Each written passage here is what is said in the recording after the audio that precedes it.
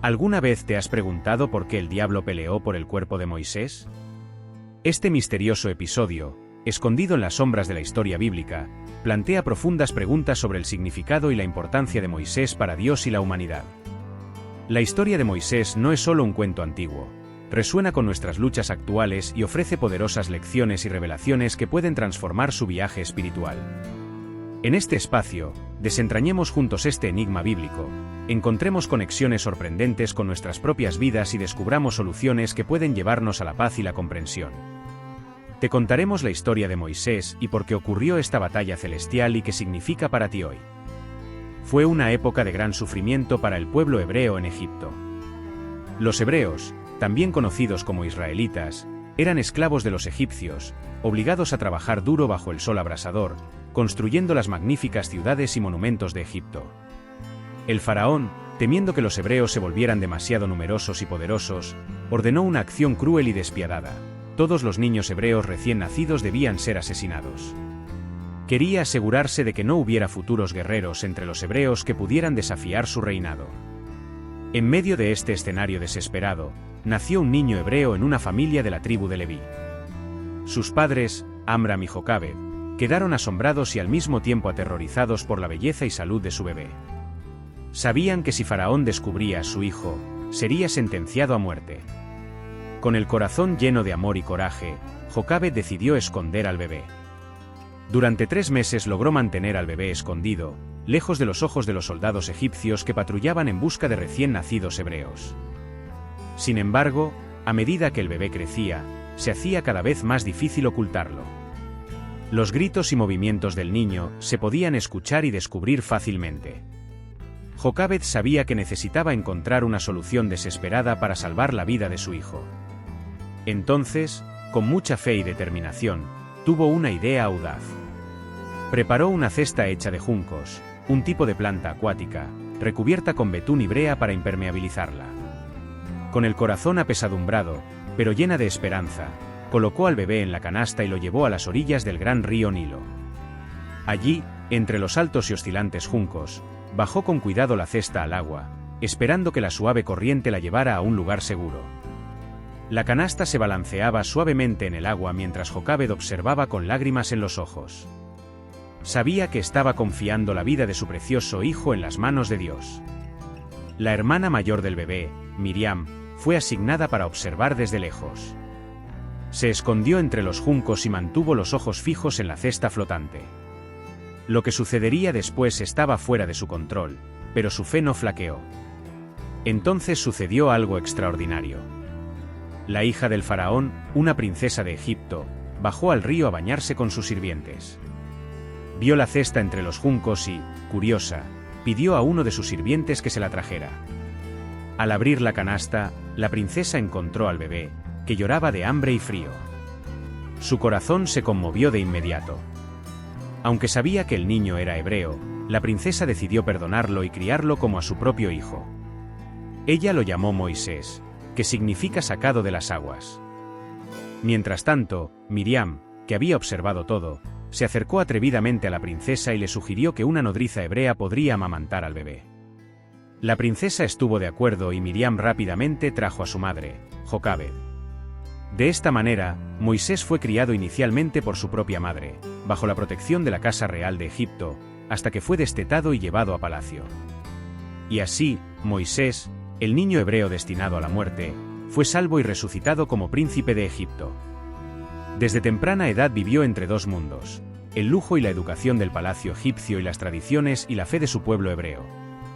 A medida que Moisés crecía, disfrutó de todas las ventajas y lujos de ser miembro de la Casa Real de Egipto. Fue educado en los conocimientos más avanzados de la época, aprendiendo el arte de la guerra, la ciencia, la religión y la política egipcia. Sin embargo, a pesar de su estatus privilegiado, Moisés nunca olvidó su verdadero origen. Sabía que no era egipcio, sino hebreo, hijo de un pueblo oprimido y esclavizado. Un día, mientras caminaba por el palacio, Moisés vio algo que lo perturbó profundamente. Un capataz egipcio golpeaba brutalmente a un esclavo hebreo. La injusticia y crueldad de esa escena inflamaron el alma de Moisés. Sintiendo el dolor y la angustia de su pueblo, Actuó impulsivamente. En un momento de ira, atacó al capataz, lo mató y enterró su cuerpo en la arena, esperando que nadie lo hubiera visto. Pero la noticia se difundió rápidamente. Al día siguiente, Moisés vio a dos hebreos peleando y trató de intervenir, preguntando por qué peleaban entre sí. Uno de ellos respondió con desdén: ¿Quién te nombró líder y juez sobre nosotros? ¿Quieres matarme como mataste ayer al egipcio? Moisés estaba aterrorizado. Se dio cuenta de que su acto no había pasado desapercibido y que su vida ahora estaba en peligro. Cuando el faraón se enteró de lo sucedido, se enfureció y decidió castigar a Moisés con la muerte. Desesperado y asustado, Moisés supo que ya no podía quedarse en Egipto. Necesitaba huir para salvar su vida y encontrar un nuevo camino. Moisés huyó al desierto de Madián, una región árida y desolada, muy diferente de las tierras fértiles de Egipto. Después de días de viaje, agotado y hambriento, llegó a un pozo donde había unas mujeres, hijas de Jetro, un sacerdote de Madián. Las mujeres intentaban sacar agua para abrevar a sus rebaños, pero unos pastores groseros las rechazaban. Moisés, siempre dispuesto a luchar contra la injusticia, intervino en favor de las mujeres. Expulsó a los pastores y ayudó a las mujeres a sacar agua para sus rebaños. Las mujeres, agradecidas por la ayuda, regresaron temprano a casa y le contaron a su padre, Jetro, sobre el egipcio que las había defendido. Jetro, intrigado y agradecido, invitó a Moisés a su casa. Moisés aceptó la invitación y, poco a poco, encontró paz y refugio en Madián. Jetro lo recibió como a un hijo y finalmente le dio a su hija Séfora en matrimonio. Moisés comenzó una nueva vida, trabajando como pastor de los rebaños de su suegro. Durante años, Moisés vivió en Madián, lejos del lujo y la opresión de Egipto. Se adaptó a la vida sencilla y dura del desierto, criando a su familia y meditando sobre su destino. Sin embargo, el llamado de Dios y el sufrimiento de su pueblo en Egipto nunca se borraron de su mente. Una mañana, mientras conducía sus ovejas al monte Horeb, también conocido como el monte de Dios, Moisés vio algo extraordinario. A lo lejos vio una zarza ardiendo. Sin embargo, al acercarse se dio cuenta de que, aunque la zarza estaba en llamas, no se consumía. Las llamas danzaron intensamente, pero el arbusto permaneció intacto. Intrigado, Moisés decidió acercarse aún más para investigar esta increíble vista. Mientras se acercaba, una voz poderosa y serena llamó su nombre: Moisés, Moisés. Moisés, sorprendido y reverente, respondió: «Y aquí estoy». Entonces la voz dijo: «Y no te acerques más, quítate las sandalias de tus pies, porque el lugar donde estás es tierra santa». Moisés obedeció de inmediato, sintiendo una mezcla de miedo y reverencia. Se dio cuenta de que estaba en presencia del Dios de sus antepasados, el Dios de Abraham, Isaac y Jacob. Dios continuó hablando con Moisés, revelándole su profundo conocimiento y compasión por el sufrimiento del pueblo hebreo en Egipto. «Y he visto la aflicción de mi pueblo en Egipto y he oído su clamor a causa de sus opresores. Conozco sus sufrimientos y he descendido para librarlos de la mano de los egipcios y llevarlos a una tierra buena y espaciosa, a tierra que mana leche y miel». Moisés escuchó atentamente, con el corazón acelerado. Entonces, Dios le hizo una petición que cambiaría su vida para siempre: «Ven ahora, y te enviaré a Faraón para que saques de Egipto a mi pueblo, los hijos de Israel». Moisés quedó atónito. ¿Debería él, que había huido de Egipto como fugitivo, regresar ahora y enfrentarse al poderoso Faraón? Con humildad y vacilación expresó sus dudas: ¿quién soy yo para ir a Faraón y sacar a los hijos de Israel de Egipto? Dios respondió con una promesa firme y alentadora: «Y yo estaré con vosotros. Y esta será la señal de que yo os he enviado: cuando saquéis al pueblo de Egipto, serviréis a Dios en este monte». Aún así, Moisés tenía más dudas. Preguntó cómo podía convencer a los israelitas de que Dios realmente lo había enviado. Dios, en su infinita paciencia, le dio a Moisés señales para probar su divina misión. Convirtió la vara de Moisés en una serpiente y luego nuevamente en una vara. También le hizo lepra en la mano a Moisés y luego la curó, y prometió que, si fuera necesario, Moisés podría convertir el agua del Nilo en sangre. Moisés, todavía temeroso y consciente de sus limitaciones, mencionó su dificultad para hablar en público. Y oh Señor, nunca he sido elocuente. Tengo la boca y la lengua pesadas. Dios respondió con autoridad y compasión: ¿Y quién hizo la boca del hombre? ¿O quién hace al mudo, al sordo, al vidente o al ciego? ¿No soy yo el Señor? Ve ahora, y yo estaré contigo y estaré contigo. Enseñarte qué decir. Aún así, Moisés le pidió a Dios que enviara a alguien más. Entonces Dios dijo que Aarón, el hermano de Moisés, lo ayudaría. Aarón sería el portavoz de Moisés y juntos cumplirían la misión. Moisés, finalmente convencido y fortalecido por la promesa de Dios, regresó a Madián para informar a Yetro de su partida. Con la bendición de su suegro, partió hacia Egipto, llevándose consigo a su esposa e hijos. Estaba listo para afrontar su destino y cumplir la misión divina de liberar a los hebreos de la esclavitud. Con el corazón lleno de coraje y fe renovada, Moisés partió de Madián hacia Egipto, acompañado de su esposa Séfora y sus hijos. Mientras caminaban por los desolados paisajes desérticos, Moisés supo que se estaba embarcando en una misión monumental. Dios le había asegurado que no estaría solo, y que Aarón, su hermano, sería su portavoz ante Faraón y el pueblo hebreo. A medida que se acercaban a Egipto, Moisés se encontró nuevamente con Aarón, quien fue a su encuentro según la guía divina. Los dos hermanos se abrazaron, sintiendo la importancia del momento que estaban a punto de vivir. Aarón conoció toda la revelación de Dios a Moisés y las señales que debía realizar ante Faraón. Al llegar a Egipto, Moisés y Aarón reunieron a los ancianos de Israel. Con el corazón palpitante, contaron todas las palabras que Dios le había dicho a Moisés. Para demostrar que Dios estaba con ellos, Moisés realizó las señales que Dios le había dado. Primero, arrojó su bastón al suelo y éste se convirtió en una serpiente. Los ancianos quedaron asombrados, pero cuando agarraron a la serpiente por la cola, ésta volvió a ser un bastón en sus manos. Entonces Moisés les mostró su mano, la cual, al sacarla del manto, estaba leprosa como la nieve, y cuando la volvió a meter en el manto y la sacó, quedó completamente sana. Con estas señales, los ancianos creyeron que Dios estaba verdaderamente con Moisés y Aarón. Fortalecidos por el apoyo de su pueblo, Moisés y Aarón fueron al palacio de Faraón. Entraron en la majestuosa sala del trono, decorada con imponentes columnas y estatuas doradas de los dioses egipcios. El faraón, sentado en su trono dorado, los miró con desdén. Aarón, siguiendo las instrucciones de Dios, habló con autoridad: «Y esto dice el Señor, Dios de Israel: deja ir a mi pueblo, para que me celebre una fiesta en el desierto». Faraón, con una mueca de desprecio, respondió: «¿Quién es el Señor para que yo escuche su voz y deje ir a Israel? No conozco al Señor, ni dejaré ir a Israel».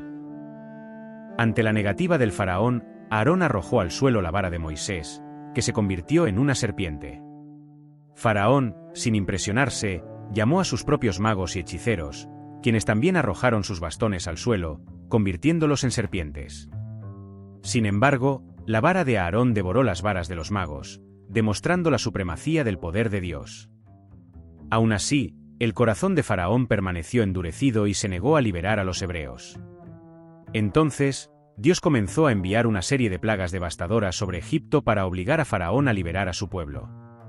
La primera plaga convirtió toda el agua del Nilo en sangre. Los peces murieron y el río se pudrió, haciendo imposible que los egipcios bebieran su agua. Pero el faraón aún resistió. Siguió la plaga de ranas, que invadió el palacio, las casas e incluso los lechos de los egipcios.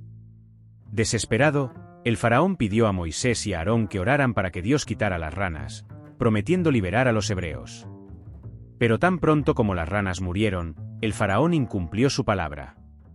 Luego vino la plaga de piojos, que infestó a hombres y animales, seguida de la plaga de moscas, que trajo una avalancha de insectos destructivos, contaminando todo a su paso. A pesar de su sufrimiento, Faraón continuó endureciendo su corazón. La quinta plaga golpeó a los animales de Egipto, matando rebaños enteros de ganado pero salvando a los animales de los hebreos. La sexta plaga provocó dolorosas úlceras en los egipcios y sus animales, pero aún así, Faraón no cedió. La séptima plaga trajo una devastadora tormenta de granizo que destruyó cultivos e hirió a personas y animales. La octava plaga envió un enjambre de langostas que devoraron lo que quedaba de las cosechas. La novena plaga trajo una espesa oscuridad durante 3 días, una oscuridad tan profunda que se podía sentir. Finalmente, la 10ª plaga fue la más terrible, la muerte de los primogénitos egipcios. Dios ordenó a los hebreos que marcaran las puertas de sus hogares con la sangre de un cordero sacrificado, y cuando el ángel de la muerte pasó por Egipto, perdonó los hogares de los hebreos. El lamento de los egipcios se escuchó por toda la tierra, y Faraón, devastado por la pérdida de su propio hijo, finalmente cedió. Llamó a Moisés y a Aarón en medio de la noche y ordenó a los hebreos que abandonaran Egipto inmediatamente. La victoria de Dios fue clara y el pueblo hebreo, liderado por Moisés y Aarón, inició su viaje hacia la libertad, dejando atrás la tierra de su esclavitud y comenzando una nueva era de esperanza y promesa. Estas 10 plagas fueron un testimonio de la justicia y el poder de Dios sobre todas las cosas. Mostraron a Faraón y al pueblo egipcio que el Dios de los hebreos era el único Dios verdadero, capaz de cumplir sus promesas y proteger a su pueblo. A pesar de la devastación causada, las plagas fueron un medio necesario para liberar a los hebreos de la esclavitud y conducirlos hacia la libertad y la promesa de una tierra abundante. Con el corazón lleno de esperanza y libertad recién encontrada, los hebreos iniciaron su viaje hacia la tierra prometida. Salieron apresuradamente de Egipto, llevándose solo lo esencial, dejando atrás siglos de esclavitud y opresión. Sin embargo, la libertad recién conquistada pronto se vio amenazada por la sombra de la persecución. Faraón, todavía enfurecido por la pérdida de su hijo primogénito y la devastación causada por las plagas, reconsideró su decisión de dejar ir a los hebreos. Reunió a su ejército y partió en busca de los fugitivos. Los hebreos, al ver que el ejército egipcio se acercaba, se sintieron abrumados por el miedo y la desesperación. Sintiéndose atrapados entre las aguas del Mar Rojo y el ejército de Faraón, clamaron a Dios pidiendo ayuda.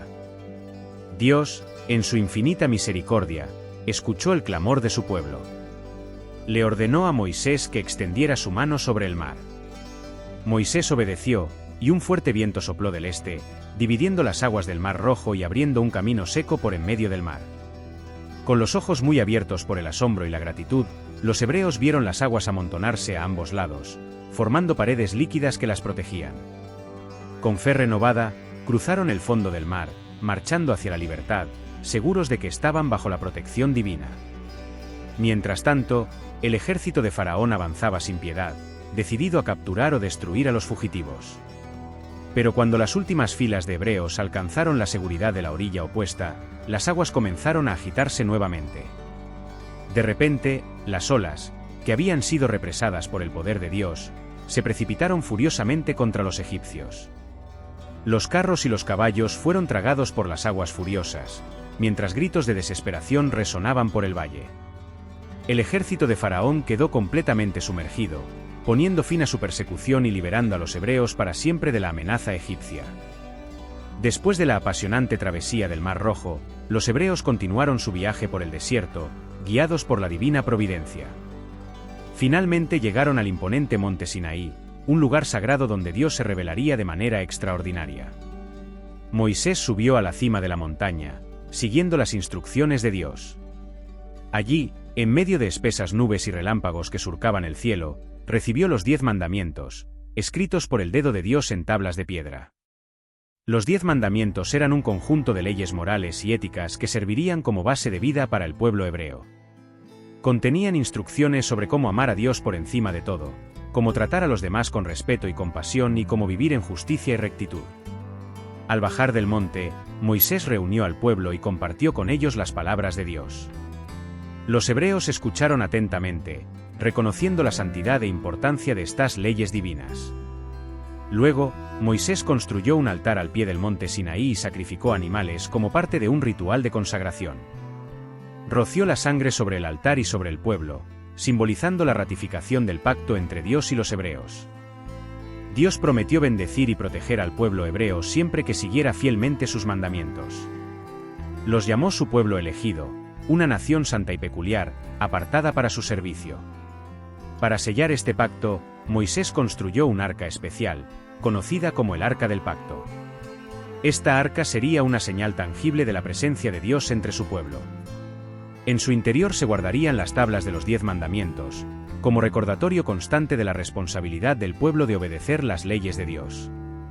El pacto en el monte Sinaí fue un momento crucial en la historia hebrea. Fue entonces cuando se comprometieron a seguir a Dios y vivir según sus mandamientos. Estas leyes no solo los guiarían en su viaje a través del desierto, sino que también moldearían su identidad como pueblo elegido de Dios a lo largo de los siglos. El pacto en el monte Sinaí marcó el comienzo de una nueva etapa en la vida de los hebreos, donde aprenderían a vivir en comunión con su Creador y entre sí. Mientras Moisés estaba en la cima del monte Sinaí, recibiendo los 10 mandamientos y las instrucciones divinas, el pueblo hebreo comenzó a impacientarse. Sintieron palpablemente la ausencia de Moisés y la presencia de Dios, pero anhelaban algo más tangible, algo que pudieran ver y tocar. Entonces se reunieron alrededor de Aarón, el hermano de Moisés, y le pidieron que les hiciera un dios para adorarlo.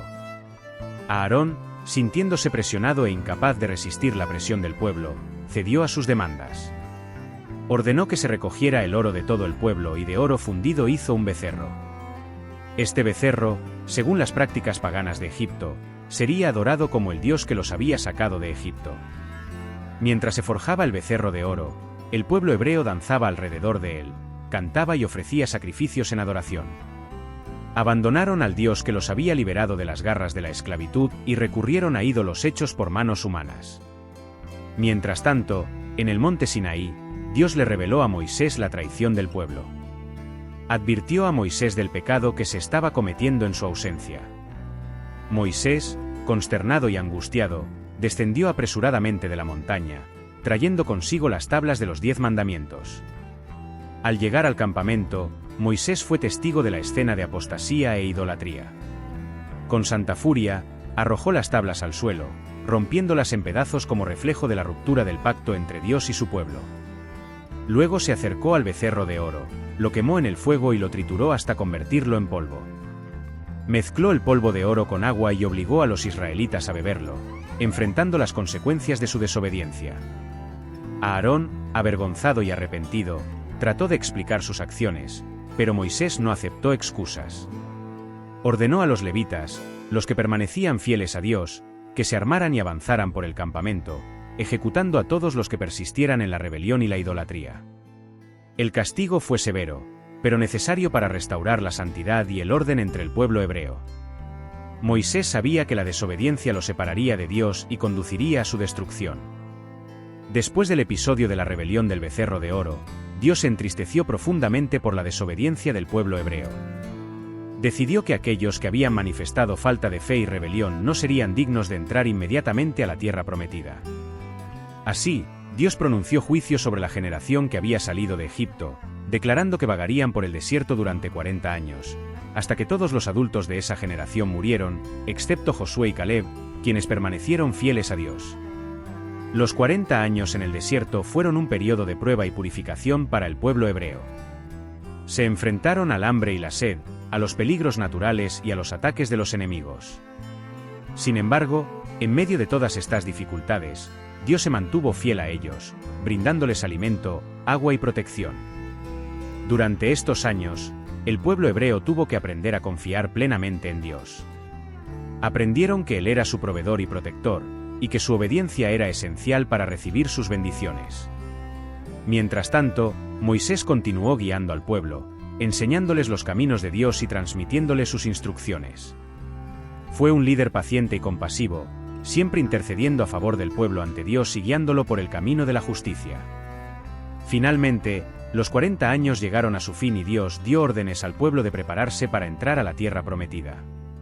Josué, el discípulo de Moisés, fue designado para guiar a los hebreos en esta nueva fase de su viaje. Moisés, el líder elegido por Dios, enfrentó innumerables desafíos mientras guiaba al pueblo hebreo a través de desiertos áridos y hostiles. La falta de agua y alimentos era una fuente constante de preocupación y murmuraciones entre la gente. Cuando la sed era intensa y las fuentes de agua escasas, el pueblo recurría a Moisés con quejas y lamentos. Dudaron de la providencia de Dios y se preguntaron si los habían dejado a su suerte.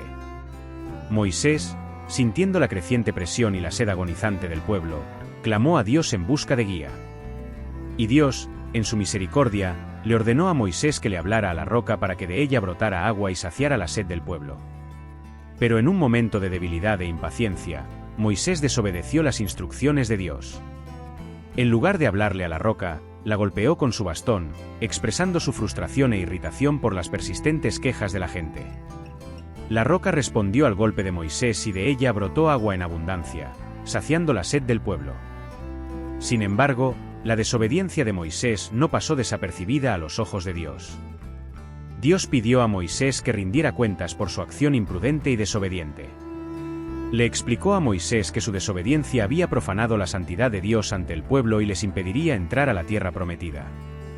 Moisés, abrumado por el dolor y la tristeza, aceptó el castigo de Dios con humildad y resignación. Comprendió la gravedad de su transgresión y reconoció la justicia de las consecuencias.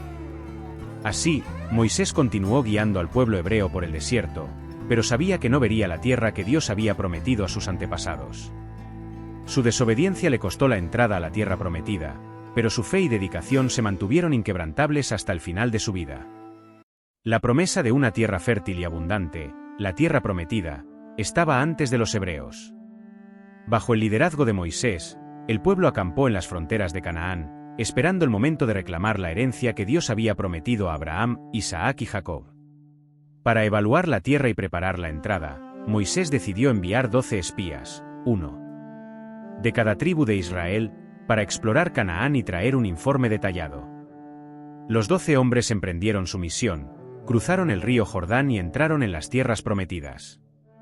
Pasaron 40 días explorando el territorio, observando sus ciudades, su gente y su producción agrícola. Entre los espías estaban Josué hijo de Nun y Caleb hijo de Jefone, hombres de fe y valor. Cuando los espías regresaron, trajeron consigo abundante fruta, incluido un racimo de uvas tan grande que tuvieron que ser transportados por 2 hombres en un palo. De hecho, la tierra y fluía leche y miel, como Dios la había descrito. Sin embargo, junto con estas buenas noticias llegaron informes desalentadores. 10 de los espías expresaron miedo y duda y describieron la tierra como habitada por gigantes y ciudades fortificadas. Afirmaron que los hebreos no podrían conquistar Canaán, diciendo, y no podemos enfrentarnos a ese pueblo, porque es más fuerte que nosotros. Somos como langostas ante nuestros propios ojos, y lo mismo éramos ante los de ellos y... Estas palabras sembraron miedo y desánimo entre el pueblo hebreo. Comenzaron a murmurar contra Moisés y Aarón, preguntándose por qué los habían sacado de Egipto solo para morir en el desierto o a espada en Canaán. Algunos incluso sugirieron regresar a Egipto, prefiriendo la esclavitud a la lucha por la tierra prometida. En contraste, Josué y Caleb se levantaron con un espíritu de fe y confianza en Dios. Ellos animaron al pueblo, diciendo, y la tierra que hemos recorrido y explorado es muy buena. Si el Señor está complacido con nosotros, nos llevará allá y nos dará esta tierra. No os rebeléis contra el Señor, ni seáis miedo de los pueblos de la tierra, porque los devoraremos como a pan. Su protección se ha ido, pero el Señor está con nosotros. Desafortunadamente, la mayoría del pueblo prefirió escuchar a los 10 espías temerosos en lugar de confiar en las palabras de Josué y Caleb. Esta falta de fe y rebelión contra Dios tuvo graves consecuencias. Dios decretó que esta generación de hebreos no entraría a la tierra prometida.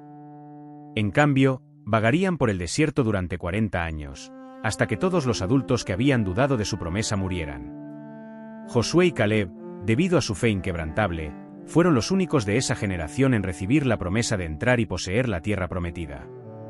La misión de los espías en Canaán sirvió así como una lección sobre la importancia de la fe y la confianza en Dios, incluso frente a desafíos aparentemente insuperables. En su largo viaje por el desierto, los hebreos enfrentaron muchos desafíos y dificultades. Una de las más aterradoras fue la plaga de serpientes venenosas, que surgió como resultado de otra rebelión y murmuración contra Dios y Moisés.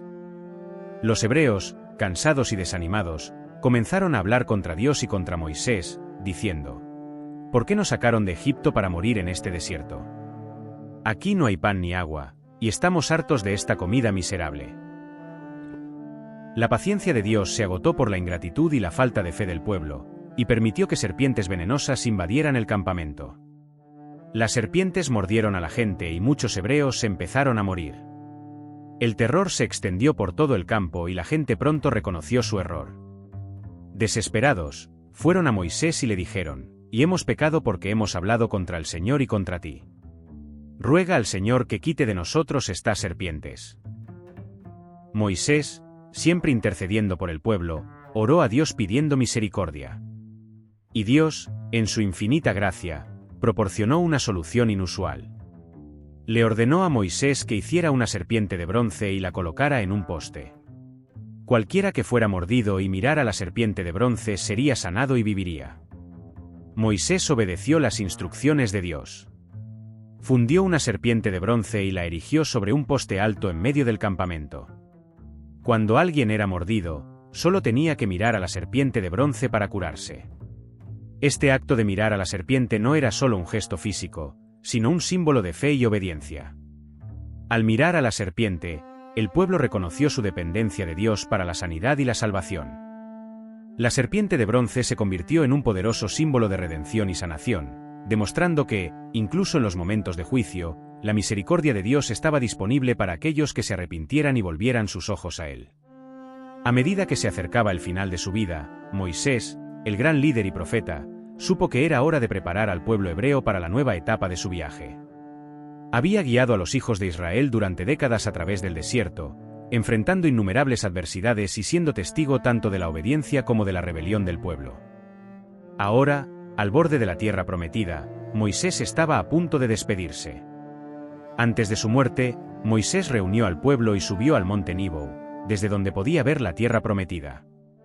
Sabía que no podía entrar debido a su desobediencia en Meribe, pero su corazón estaba lleno de amor y esperanza por su pueblo. Finalmente, Moisés descendió del monte Nebo, con el corazón lleno de amor por su pueblo. Había cumplido su misión, llevando a los hebreos desde la esclavitud en Egipto hasta el borde de la tierra prometida. Sabía que la próxima generación, bajo el liderazgo de Josué, entraría en la tierra que Dios había prometido. Entonces Moisés, el fiel siervo de Dios, subió nuevamente al monte Nebo y finalmente descansó. Murió allí, en la cima del monte Nebo, en paz, sabiendo que el pueblo estaba preparado para entrar en la tierra prometida. Y allí, en el desierto de Moab, Dios mismo se encargó del entierro de Moisés, en un lugar que hasta el día de hoy permanece desconocido. El pueblo de Israel lloró la muerte de Moisés durante 30 días, lamentando al líder que había intercedido por ellos, que los había enseñado y guiado con paciencia incomparable. Josué, lleno del espíritu de sabiduría porque Moisés le había impuesto las manos, tomó la iniciativa y el pueblo de Israel comenzó a prepararse para cruzar el Jordán y tomar posesión de la tierra que les había sido prometida. Según la Biblia, Moisés murió en la cima del monte Nebo, después de haber vislumbrado la tierra prometida a la que no podía entrar. Dios mismo se encargó de su sepultura en un lugar desconocido del valle de Moab, lejos de los ojos de los hombres, para que nadie pudiera encontrar su tumba. Sin embargo, la historia no termina ahí. En un relato breve pero profundo que se encuentra en la Epístola de Judas del Nuevo Testamento, se nos habla de un evento aún más misterioso. La Epístola de Judas, uno de los libros menores del Nuevo Testamento, menciona una confrontación celestial que pocos esperarían. En el versículo 9 leemos: «Pero cuando el arcángel Miguel, contendiendo con el diablo, disputaba sobre el cuerpo de Moisés, éste no se atrevió a pronunciar maldición contra él, sino que dijo: El Señor te reprenda». Este enigmático versículo sugiere que después de la muerte de Moisés, hubo una disputa entre el arcángel Miguel y el diablo sobre el cuerpo de Moisés. Pero, ¿por qué se produjo esta disputa? ¿Qué hizo que el cuerpo de Moisés fuera tan significativo que incluso los poderes del cielo y del infierno estaban interesados en él? Para comprender la profundidad de este misterio, debemos considerar la importancia de Moisés en la historia bíblica y en la fe de Israel. Moisés no era solo un líder. Fue el mediador del pacto entre Dios e Israel, el receptor de la ley y un profeta de tremenda estatura espiritual. Su vida simbolizó la rendición y la obediencia a Dios, y su liderazgo fue crucial para moldear la identidad del pueblo de Israel. La disputa sobre el cuerpo de Moisés puede reflejar su significado espiritual y simbólico. El diablo, conocido como adversario y acusador de los fieles, pudo haber querido utilizar el cuerpo de Moisés de alguna manera para intentar deshonrar o comprometer la fe del pueblo de Israel. Quizás quiso convertirlo en objeto de idolatría, sabiendo que los israelitas podrían verse tentados a venerar la tumba de Moisés y desviarse del culto al único Dios. En contraste, el arcángel Miguel, defensor del pueblo de Dios, intervino para proteger la santidad y el propósito divino en la muerte de Moisés. El hecho de que Miguel, uno de los principales príncipes del cielo, fuera el defensor de Moisés resalta el honor y el respeto que Dios tenía por su siervo. La respuesta de Miguel al diablo, "y el Señor te reprenda", muestra que la disputa no era una cuestión de poder personal sino de autoridad divina. Michael no confió en su propia fuerza, sino que invocó la autoridad de Dios para resolver el problema, indicando que el verdadero poder y juicio pertenecen al Señor. Este misterioso evento, aunque solo se menciona brevemente, nos recuerda la batalla espiritual en curso que tiene lugar más allá de nuestra visión, donde los seres celestiales luchan por la justicia y la protección del plan divino. También enfatiza la importancia de Moisés no solo como líder histórico, sino como figura espiritual que sigue siendo relevante y significativa a través de los tiempos. El misterio del cuerpo de Moisés nos desafía a reflexionar sobre la naturaleza de la santidad, la batalla entre el bien y el mal y la necesidad de permanecer firmes en la fe y la obediencia a Dios. La vida y la muerte de Moisés siguen resonando, inspirándonos a confiar en el plan divino y a reconocer que, incluso en la muerte, los fieles son guardados por el poder de Dios.